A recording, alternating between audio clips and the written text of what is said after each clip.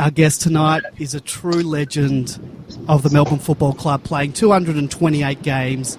He is one of the D's great goal kickers, being one of just 4 players in the club's history to have led the goal kicking in 4 or more seasons, kicking a total of 428 goals.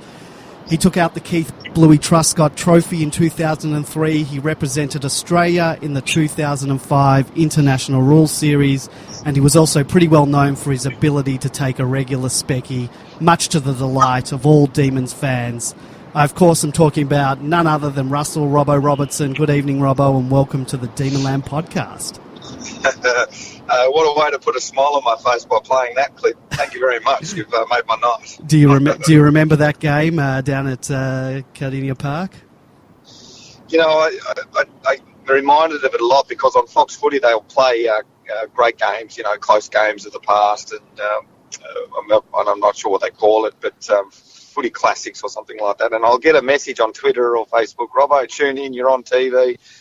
And so if I'm at home, I'll watch it, and it's wonderful, really, to, as a 9-year retired player now, to look back on those things. As when you're playing, or even just after you finish, you deny it a bit. You sort of put it aside and go, well, that was one thing, now for the next thing, and get over it and don't watch yourself. But I suppose as you get a little bit older, you realise that it was a very special part of your life, and you should really just soak it in when you can, and I'm getting to that now.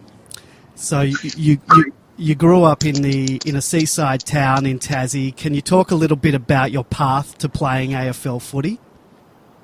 Yeah, absolutely. I mean, similar path to most young boys, but I think being in Tasmania, a long way away from the AFL, it probably was a longer shot than most guys here in Victoria. I mean, I see a lot of young kids now that I follow my son around. He's a 6-year-old fella, and they totally believe that it's just down the road to MCG, and if I train really hard, I can get there. But for us down there in 1990, you know, early 90s, late 80s, it probably seemed a long way up. I mean, we only got one game a week on the telly down there, and it was usually a Carlton Hawthorn game. You know, we didn't see Melbourne.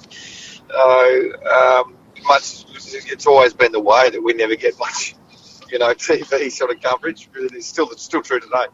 But you know, I didn't even know Melbourne existed really, or knew that Gary Lyon. Of course, I knew who Gary Lyon was, I suppose, just before I got drafted. But I was very lucky, fellas, that I had a wonderful, wonderful facilitator, someone to teach me some of the wonderful things about the game of football, and my father. But further from that, my dad took the time out of his day, secondary school teacher, probably tired, to really work hard on some things with me that he identified as being really special parts of my game. And being smart enough to realise that I'm going to make this kid of mine so exceptionally good at one thing, the one thing that he's good at, that he's going to stand out from the rest, and that maybe might get him somewhere. So, of course, that thing was marking. And he also knew that I knew where the goals were a bit, which is just one of those things that forwards naturally have, and I was a natural forward. But he did 3 or 4 things, and I could go on forever about these things that he did. Now, a couple of them were, he got a 𝗍𝗶𝘀𝗁𝘀𝗁 and hung it off the shed at home. Well, he got it up on the shed's roof, and to that he attached a rubber inner tube from my 10-speed, and to the other end of the rubber inner tube, he put one of Mum's stockings, tied that up, with a football inside the leg of one of Mum's stockings. Now, you talk about Don Bradman, and I'm not putting myself in his sporting bracket at all, guys. So, but he became great by, and if you go and watch it on YouTube, young fellas or anyone, you can see Don Bradman hitting a cricket stump, a golf ball with a cricket stump up against a corrugated iron water tank. And this was his training by himself, and he did it over and over and over and over again in all his youth to become the best in the world at hand-eye, ball, connection to the stump, hitting it straight. He was the best at it because he practiced it. He worked it until he became the best at it. Now, with this marking apparatus, this ball was always up in the air, and I could run up and catch that ball whenever I walked past it, or I'd sit there and I'd do it 1,000 times. We'd get mates around, we'd take hangers on each other, and the ball would just flop straight back up into the air. So it was always there. Yeah. It was amazing. I loved it. Then we would do one-handed marking contests to see who'd do the washing up at night after school. He had a ruck bag, he'd throw it up and make me take hangers on him. He identified that I was good at one thing, and I became, by the time I was 16, ready to get drafted, 17, ready to get drafted. I knew I was the best hanger taker in the country at the time. Whether I was or not was a different thing. But I got identified, fellas, on the Almost Footy Legends segment of the Footy Show for taking 2 marks. Nice. Melbourne sent down a recruiter because there's this young kid down there that takes hangers. And why did they see that? Because my dad worked with me, and I worked very, very, very hard on that one aspect of my game. It wasn't one of those things I just relaxed on the laurel. I worked hard at it. And it got me to the greatest place in the world, the MCG and the Melbourne Football Club. All right. Well, Robbo, welcome to our podcast. This is Whispering Jack. Yep. I've always been a great admirer of yourself. I'm not a great admirer of Tasmania after last Saturday's game. And at the beginning of this program, I actually swore that I didn't want to hear the word again. But given that your roots are in Tassie, I just wanted to talk to you about one problem that Tasmania seems to have at the moment. During the week, there was a list of 86 players invited to the AFL draft combine ahead of the draft in November, and only one of the 86 boys selected, and his name is Hugh Dixon from Kingsborough Tigers, comes from Tasmania. Can you sort of explain, back in the day, you used to have guys like Tassie Johnson, Ray Groom, who became Premier of the state, Athol Webb, and then later on yourself, Brad Green, coming from Tasmania. What's happened to Tasmanian football? Jeremy Howe, Stephen and 𝗟𝗶𝗀𝗏. Lots of Tasmanians come to the Melbourne Football Club, but right across the AFL themselves over the century and beyond. Royce Hart, Stewart, you've got Peter Hudson, Doc Baldock, superstars that came out of Tasmania, and per capita, I think we've produced the best. And if I'm not biased, Richo, the list goes on. Look, it's a concern. Genuinely is a concern, guys. I wasn't aware that last year we had no draftees. We only got one potential. It's not good enough this year. It's not good enough. And some provisions and some steps have been taken to turn this around. We have now a foundation pumping some money into football into the state. One of the big problems we have is that we're not paying our coaches down there. Now, that's not an issue over here. We've got money. Just because by virtue of having population and people paying to come through the gates, we're paying our coaches. You can attract better coaches, dedication and time to put towards coaching. Of course, if you're getting paid to do it, you'll do it better. And it's probably a little bit of a concern. So we, at the top level, when we had a function not long ago, where all the past greats, 𝗟𝗏𝗏, Richo, Hutto, we all came together at the Palladium and we raised some money and put towards football. And whether that's going to one day eventuate and become a Tassie team in the AFL, we really need to turn around this development of youth and make that better, because it's dropped off over the last couple of years, and I think we can turn it around. A couple of little things that we can do. What can I say? Just a little bit of cash, a little bit of population goes a long way. Yeah, so Robbo, you were drafted in the 96 national draft at pick 68 by the D's, who had finished 14th that year. What do you remember about that time, and did you think, oh no, I've been drafted by the Demons? Oh, yeah. No, not at all. It was a great story, guys. I really didn't know I was drafted. The draft was done and dusted probably long before midday, and I didn't find out till 7 o'clock that night I'd been drafted. How's that? Wow. In this day and age of instant information, we didn't have any of that back then. I tried to get on the radio, but we couldn't get it on down there. We are talking about Tasmania here.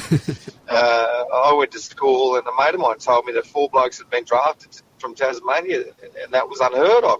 What you get 2 or 3, and 4. Wow, that's amazing. He said, and you're not one of them, so don't worry about it. I'm like, bugger.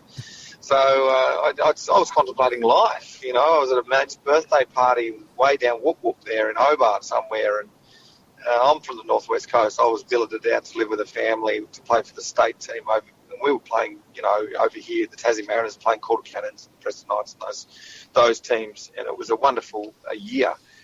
I thought it might be a chance because Melbourne did send someone down to talk to me, but anyway, the tale of the tape goes, a mate of mine rang me at around about 7 o'clock at night at this party, and I'd already had a couple of beers, to be honest with you fellas, and he said, Robbo, what are you doing? I said, just drowning the sorrows a little bit, mate. He said, you don't know you've been drafted, do you? And I said, that's a horrible joke, mate. I know 4 blokes have been drafted, and I'm not one of them.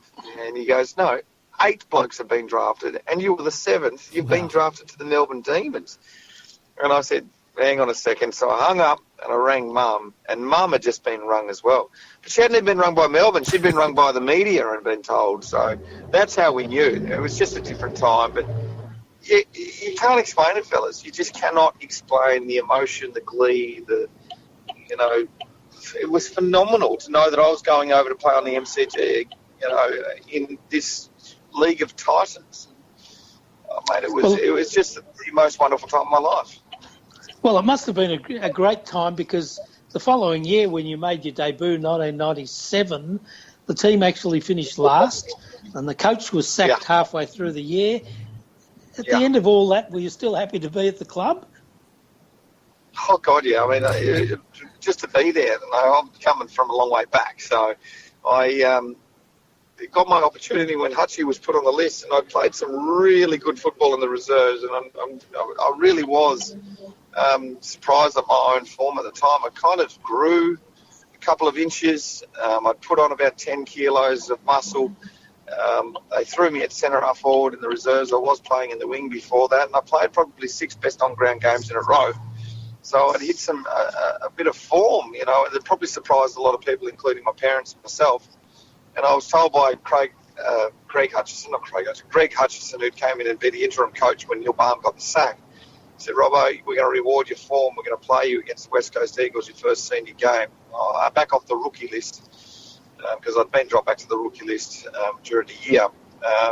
And again, you can't explain that emotion of pulling on the red and the blue jumper and falling in love with it 1,000 times over. Every time I pulled that jumper on, you just fall in love with it again. And running out and playing on John Moorsfield, my first game of AFL footy. Wow, what a baptism of fire. So, Robbo, 1998 was a much better year. We had a new coach, Neil Danaher. We had some prized recruits in Jeff White and Travis Johnson. And we finished 4th, losing out to North Melbourne in the prelim. You must have started to really enjoy your footy a lot more and started to see that we could finally be on our way to some big successes. Look, Neil Danaher was amazing. He was phenomenal. You talk about good facilitators. Again, he was one of those guys who could see the best in you and really develop that. And he did that with all of us, his entire list. He put a good list together of young kids, and we were able to develop in 98 and go from dead last to probably 4th in the end and playing a pretty amazing final series. And then a couple of years later into a grand final. So drafting and bringing a good group together is really, really important. But developing those players is something that's important too. And I think that's where we're getting to at the moment with the Melbourne Football Club. Paul Rood, Peter Jackson, Saga experiment has been so successful so far in that they've brought a lot of good practices and good people into this football club that have set up this culture now of accepting only the best and not taking it lightly in any area, creating this culture the players are buying into. It's going to take a little bit longer. They're only young. But we're getting to it, and that's what happened with us in around about 2000 and through to around about 2004-05. We really, at 6, we had just a great bunch of people under Neil Danaher that really were pulling in the same direction. Well, Robbo, after that, things went sour, obviously, around about 2006, and we've had a pretty tough time ever since. And as you point out correctly, I think things are about to turn around and really have turned around this year. But I want to touch on one player who hasn't had a great year and who I saw earlier this year at the season launch for the South Metro Junior Football League, where you attended, I believe, with Angus Bradshaw, who's a former Hampton Rovers player. How's Angus going? Angus is obviously had his problems with his head injuries. I don't know what it is, whether this it's just bad luck. being knocked out all the time and getting injured has really set him back. So he's coming back through the reserves at the moment, and he probably will be knocking on the door in a couple of weeks. He's got to get some match fitness back. But yeah, a little bit of a downturn before at the start of the year. And it's easy to do. I can really vouch for that. It's not easy to play at the top level consistently. I was able to do it for 13 years, but geez, it wasn't linear. It was up and down. I was in and out of the side, and you've got to take the bad times with the good. And this will be the making of Angus. This year it's been hard for him. I think next year, after a really big pre-season with some steely resolve, I think he's going to improve and become better and be a 10-year player for the Melbourne Football Club moving forward.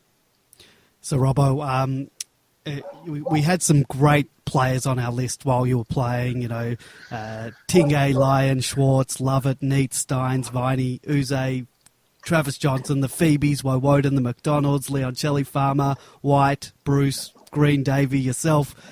Did we underachieve during that time? I thought, a couple of those years we really probably should have, won a premiership. It didn't happen. Did we underachieve? We did. Look, with not winning a premiership, we did underachieve. But I think we had a really poor setup at the Melbourne Football Club at the time. At the Junction Oval, we were behind the eight ball, behind the curve in terms of other football clubs and sports science and setting up a club right. It was tough. We really did get the best out of our players, I think, with what we had available to us. Like I said before, we're getting to that now, our processes and our systems and our setup and our club. Amy Park, back at the MCG with the MCC. New Danaher had a basket case of a training facility throughout that time. And I talk about it like this way. When footballers get to a certain level, they get better with great coaching. You need good facilities. You need someone to tell you what to do. You'd look at another team like the West Coast Eagles, they probably had about 20 more coaches than we had. If you've got that many good minds coming together and working with your players and putting extra hours into these players, they're going to get better and improve, and that's what AFL players do. We weren't able to afford that coaching and that great facilitation. So, unfortunately, we weren't able to go to that next level. But, geez, we came close. Had we had that, had we had a really good training facility, I have no doubt in my mind we could have taken it to that next level, because it was all between the years in the end, really. It was between the years, and if we just had a little bit of stronger resolve through that, awesome facilitation with more people involved working with our people and that confidence that comes with that, I have no doubt in my mind, others might argue with me, but I have no doubt in my mind that we would have won a premiership. Well, we had Jeff White on the show a few weeks ago, and we asked him about the 2000 grand final, whether he thought we were a genuine chance to beat, the unbeaten Essendon team that year. What are your thoughts and memories in that lead-up? Did you think we were a genuine chance to beat them, considering the year that they had? No, look, I think we were just a bunch of young kids that were really hopeful that we'd have an amazing start to the season. Amazing start to if we could have an amazing start to the game, that we could do anything. Anything was possible. We didn't discount ourselves at all. Essendon, look, they'd lost a preliminary final to Carlton the year before. Yeah. And that hurt them. And they had a real result. They came out, they bashed us, tail of the tapies. We know exactly what it was. Yeah. They hammered us, and unfortunately we didn't get the win. But looking back on it, I reckon maybe 2002-04, that was the time we probably should have won the premiership, if I'm being honest. Yeah, I agree. All right, well, Robbo, all good things come to an end, and your playing career came to an end in 2009. At the time, did you ever have thoughts about going into coaching yourself? A little bit, yeah. I mean, it's your trade, isn't it? And you play football for so long. I did consider, doing a standalone coaching role somewhere and moving into the AFL, but unfortunately, it didn't really appeal to me in the end. I think you have to be really, really, really into it. And what I like doing is I like the lighter side of football, the marketing side, the selling of the Melbourne Football Club has really sat well with me, and I moved into that pretty seamlessly, and I've done a lot of other things along the way. I play in bands, I've been corporate music, I've even done a theatre show, and no doubt you've seen all this with me over the years, the TV stuff. What else do I do? A lot of MC work. I mean, I've just finished an MC job tonight with IG, one of our great sponsors, the Melbourne Football Club, with Simon Goodwin and some guys working in the trade industry, finance industry. That was good. It was good fun. I really enjoy doing that because it's still up on stage and still performing, and I do like doing that. I'm a bit of a show-off. You don't have to watch my game. I was the biggest show-off there was. But that was me, and you got to stay true to yourself, and I'm pretty lucky that I've got this great job at the Melbourne Football Club still, club development. I work across all facets of the football club and just trying to help them get better and get some more money, some finances, so that the players might get the opportunity that we weren't able to get. So, Robbo, I really love your match day role that you've got now. You really bring an excitement and energy to the game day. How much input do you have with the segments that you do on game day? And how can I get a gig on Hogans Heroes? Yeah, look, my son and I, Tex, we love 𝗟𝗶𝗀𝗁𝘀𝗁 Hogan. He's our favourite player. We only wish the best for 𝗟𝗶𝗀. Unfortunately, he's gone down with this bad injury at the moment, and I was glad when we named our segment after him. 𝗍𝗶𝗀𝗁𝘀𝗁 Hogans Heroes, brought to you by 𝗍𝗶𝗀𝗁𝘀𝗁. Look at me getting all the club sponsors in there. Love it. Yep, game day role is fantastic. I feel very akin to all our supporters. I love our supporters. It's very easy for me to talk and be amongst them. It doesn't feel foreign to me. Some guys probably feel a little bit more at home behind glass and not talking football. This is where I'm at my best, and you've got to play your role. I think if I can do that really sells the Melbourne Football Club, then that's what I'm going to do. So getting out on the ground, it feels just like home, if you know what I mean. I've been away from home for a long time, guys. Tasmania is my home, and I've bounced around places over here since I first got in. Settled, of course, now, but the Melbourne Football Club and the MCG is my home, and it will always be my home. It's always have a special place for me, and I will always have a special place for it in my heart. So just a very fortunate guy. I'm just a lucky guy. My son, Tex, is a massive Melbourne fan now, and he's in the car with me now. Say good day, Tex. He's very quiet. Tex. A bit late for him getting home to bed. Hopefully we can see Tex Robertson running around in the forward line of the Melbourne Football Club one day. Wouldn't that be great? We'd love that. Well, you shouldn't joke about these things because I don't know how often you have a look at Demonland, but I think people started a thread on Billy Stretch when he was about 11 years old. So oh, really? I would imagine that somebody will start a thread on Tex Robertson and how good he is. What are his attributes? Can he kick with both feet? What's his marking like? Well, or is that a bit too early for that? It's probably a bit early, but I'll tell you what he has got is he's very, very quick. He's very quick. Fastest runner in the school at the moment in his age group, I would have thought. If I'm a little bit biased, he's won every race that he's ever been in. So on the footy field, I watch him. He's very, very fast. But Tex is very good in the gymnastics. He goes to gymnastics. He got selected into a squad because he's been on his hands from the very get-go. And I see a lot of attributes of my sort of athletic. I was always a bit gymnastic-wise. I was always on my hands too and walking and doing handstands and all that sort of stuff. His mum was a dancer, so he's very in check with his body. So hopefully it's a good mix there that one day can make me proud, because nothing would make me happier than to see Texie pull on the number 24 Guernsey. Robbo, there'd be a whole generation of young D's fans who didn't see you play. Are you now recognised by the junior Demons as that guy on the scoreboard? Yes, that's exactly right. Short answer, yes. Their mum and dad goes, why don't you get Robbo's autograph? And they look me and they go, why? Why? They go, oh, that's Mummy's favourite player, or that's Daddy's favourite player. And I give a wry grin. And then I think they do realise that I'm the guy on the microphone. And I think my boy's probably been a little bit surprised by that as well. As why is everyone asking for your autograph, Dad? You're just a watcher. You just watch the game. So I suppose. Oh, yeah, because he used to play it. I used to play it, but he didn't. Right. That's right. So he's coming to that realisation now on the footy cards and all that sort of stuff. It's a really, guys, it's a wonderful thing. It really, really is to have that in my history, in my past, and to know that I had this special thing. It feels like a lifetime ago, but I had this special thing that I can always go back to and recount, playing at the oldest football club in the world alongside some of the greats, 𝗟𝗶𝘀𝘁𝗁, 𝗨, David Neitz, Adam 𝗍𝗍𝗂, and the list goes on. Just for terrific players. I was watching a highlights video on YouTube today while I was pulling some audio, and it was great to relive not just your highlights, but to see some of the guys that you played with. There was some excellent players, and you just named a few. I named a few before. We really did have a great team at that time. Oh, we sure did.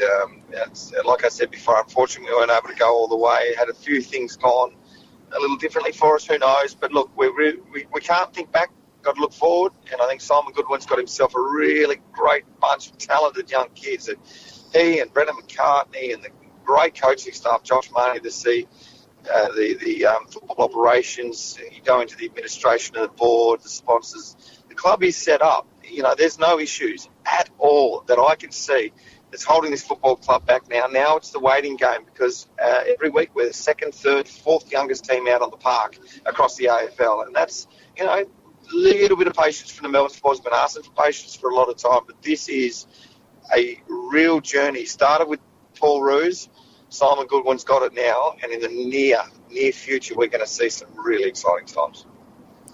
All right. Well, talking about your former coach, Neil Danaher, I think it would be remiss of us not to mention the fact that there is a massive fundraising event coming up that's for a cause close to, I think, everybody's heart, called the Danaher Drive.